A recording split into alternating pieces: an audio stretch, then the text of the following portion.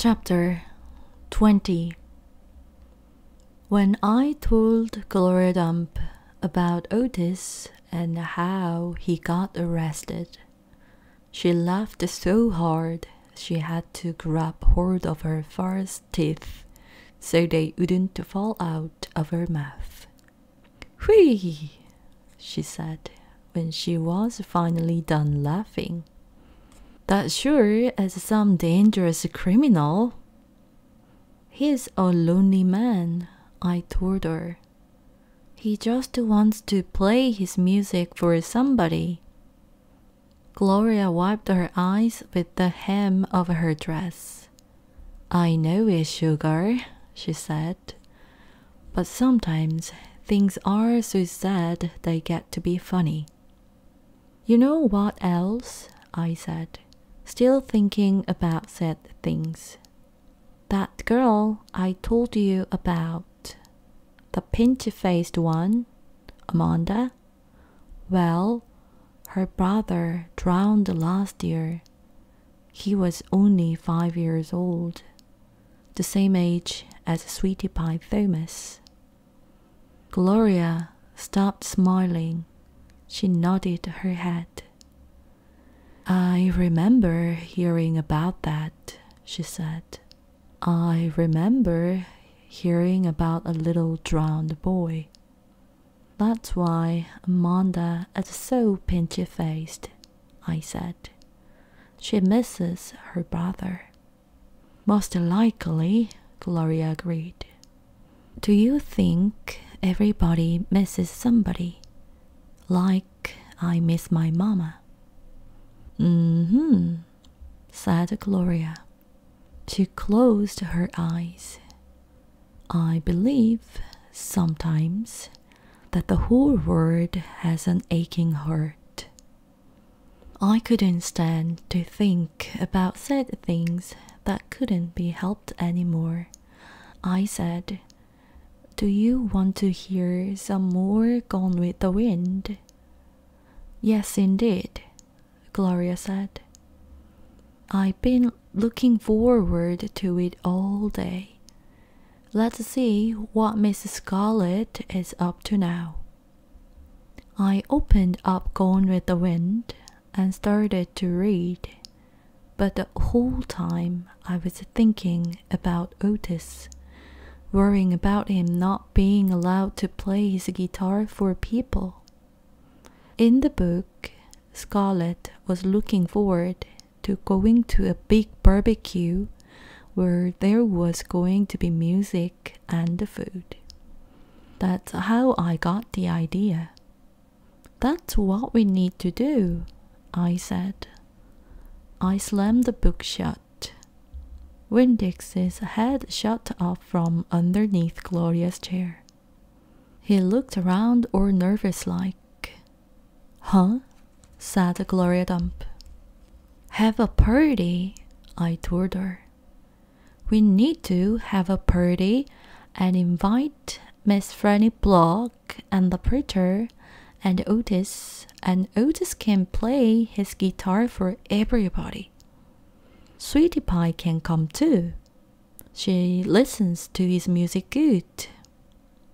"We? Who?" Gloria asked.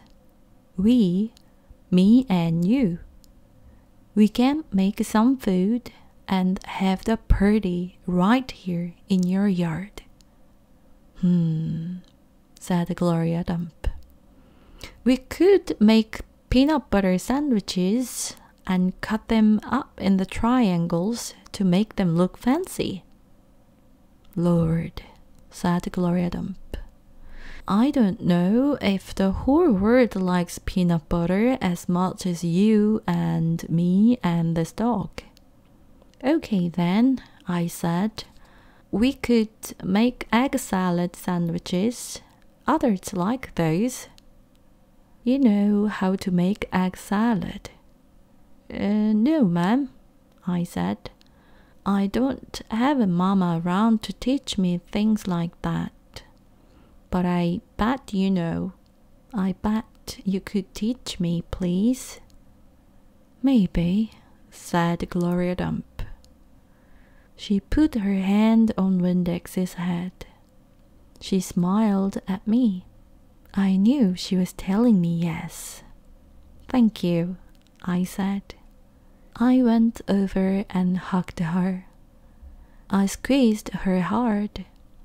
Winn-Dixie wagged his tail and tried to get in between the two of us. He couldn't stand being left out of anything. It's going to be the best party ever, I told Gloria. You got to make me one promise though, Gloria said. All right, I told her. You got to invite them Dewberry boys, Dunlap and Stevie. Ain't gonna be no party unless you invite them. I have to. Yes, said Gloria Dump. You promise me. I promise, I said. I didn't like the idea, but I promised. I started inviting people right away. I asked the preacher first. Daddy, I said. Opar, the preacher said back. Daddy, me and Winn-Dixie and Gloria Dump are having a party. Well, said the preacher, that's nice. You have a good time. Daddy, I said, I am telling you because you are invited. Oh, said the preacher. He rubbed his nose. I see.